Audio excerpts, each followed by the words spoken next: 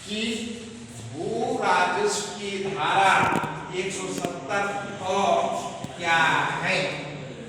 ये क्वेश्चन दिए थे कल कि भू राजस्व की धारा 170 क्या है। तो ये क्या था, ये सिर्फ जो है ये जो नियम है ये भू राजस्व की धारा 170 भू राजस्व की धारा 170 के अंतर्गत निम्नलिखित धारा आती है। क्या धारा आती है भाई? भू राजस्व की धारा 170 के अंतर्गत निम्नलिखित धारा आती है। तो इसमें 3-4 पॉइंट 6-7 पॉइंट है। उस नियम के तहत पहला पॉइंट में आता है ये धारा सिर्फ खेती है जमीन पर लागू होती है। जो खेती करने लायक जमीन है, खेती होती थी, ये धारा 170 किसके लिए लागू हुआ? खेती हर जमीन के लिए, खेती हर जमीन के लिए लागू है।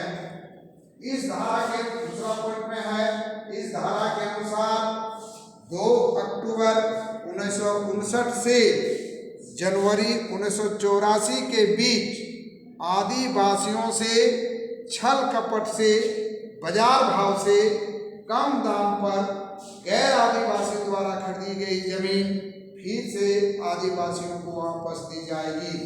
इसमें नियम बना कि जो आदिवासी से जो जमीन खरीदा गया था वह लोड़ी सूत्री करके पिला के जो खरीद लिया गया था कम दाम पर, जो जितना दाम था वो नहीं मिला और ऋण भी जो बना तो कम पैसा का बना, सरकार का वैल्यू से कम, है ना। तो वह जमीन फिर पुनः वह आदिवासी को वापस करा दिया, उसको फिर लौटा दिया गया। वह बैंक रजिस्ट्रार नहीं रखे और वह जमीन वापस हो गया। पहला नियम में। दूसरा नियम में है कि जिलाधिकारी के आदेश से खरीदी या बेची गई जमीन पर यह धारा लागू नहीं होगी। जो पदाधिकारी आदेश दिए थे, जिला पदाधिकारी, उनके आदेश से जो जमीन खरीदा गया और आदेश देने के बाद जो जमीन खरीदा वह जमीन को वापस नहीं हुआ, वैसे जमीन आदिवासी का बिक्री हो गया क्योंकि पदाधिकारी का परमिशन था। परमिशन अभी भी जमीन लेने के लिए परमिशन लेना पड़ता है। क्या अंचलाधिकारी से परमिशन लेना पड़ता है, किसी से परमिशन होता है, तब आपका रजिस्ट्री होगा। ठीक है, तो परमिशन का बात था, परमिशन लिया गया। चौथा में है आदिवासी द्वारा आदिवासी को बेची गई जमीन पर यह धारा लागू नहीं होगी।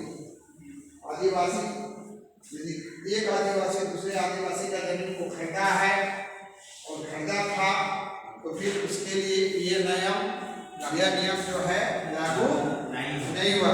आदिवासी की जमीन को खरीद सकते हैं, बेच सकते हैं, आदिवासी ये नियम हुआ।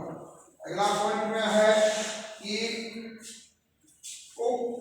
मियाद के दौरान खरीदी या बेची गई उन जमीनों पर जिसकी सूचना 2 साल के अंदर प्रशासन या पदाधिकारी को दे दी गई है तो उसमें भी यह धारा लागू नहीं होगी। यह धारा लागू नहीं होगी।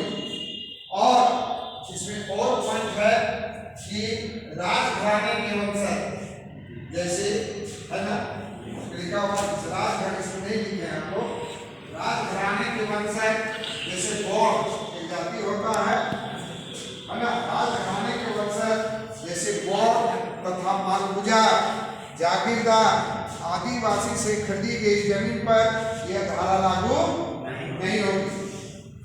राजघराने के वंशज जो भी उसमें जो लिखता है ना, जैसे कोई लिखता है ना कि हम गौड़ एक जाति होता है,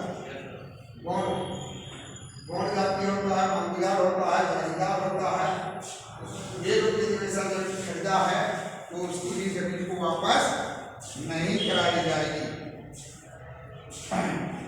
और उसके बाद अगला पॉइंट में है यदि उक्त मियाद के भीतर खरीदी जमीनी पर मकान बना लिया गया हो तो उसे वापस कराया जाएगा। तो समझ लीजिए कोई मकान बना लिया है, जमीन लिया और मकान बना, तो मकान को वापस नहीं कराया जाएगा, बल्कि क्या है कि आज के रेट से जो मकान लिया गया है उसको वापस नहीं कराया जाएगा, लेकिन अधिकारी द्वारा तय की गई आज के दर पर आदिवासी को जमीन का पूर्ण कीमत का भुगतान किया जाएगा। कहने का मतलब है आज के रेट में जो रेट तय होगा अधिकारी जो तय करेंगे और तय करने के बाद जो दाम होगा वो मकान को वापस नहीं कराया जाएगा, लेकिन उसके बदौलत आज के रेट से उसको पैसा उसको मिलेगा। यही 170 ख में बना 5 साल आपको पॉइंट बना, और उसके तहत क्या है कि हमारे आदिवासी भाई लोग को जमीन वापस करा दिया गया,